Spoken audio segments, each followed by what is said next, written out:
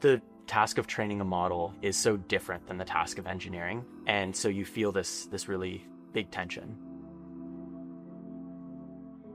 Hi, I'm Mason. And I'm Jackson, and we're the founders of TrainLoop. I was working at Google, working in part on Gemini, and Mason was leading engineering at another YC startup called Second. And so when we were working on Gemini, it was really about how we can push the capabilities of that model. But I would come home and talk with Mason about, on his side, working with the frontier models to try to eke out as much performance as they can. And we really saw the connection of, in order to maximize the quality and frontier capabilities, we needed post-training in order to really specialize them for certain tasks and use cases. The task of training a model is so different than the task of engineering. And so you feel this really big tension. We train models for companies that want to make AI really the core of their business. They attach a lot of their brand, identity, and the value of their product into the models that they deliver. And as such, they really want a high degree of reliability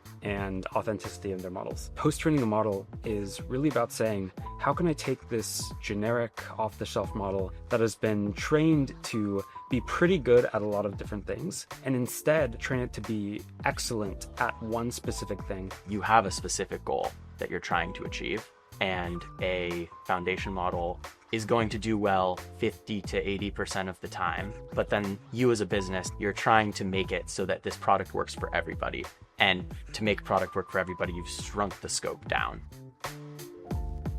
When you have a team of 4, 5, 6, 10 people, right, it becomes harder to justify investing a lot of time into things like operations and the day-to-day functions of running the business. We would much rather just spend our time doing the core function. There's a lot of low leverage things that you can do and are very easy to distract you. And frequently those low leverage things are time sensitive as well. And so being able to completely take that out is very helpful.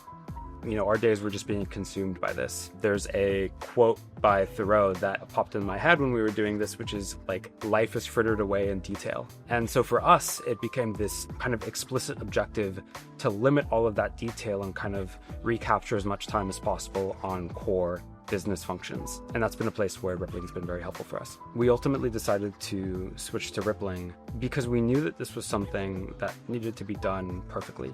And Rippling was clearly the right platform that allowed us to have that velocity in our back office.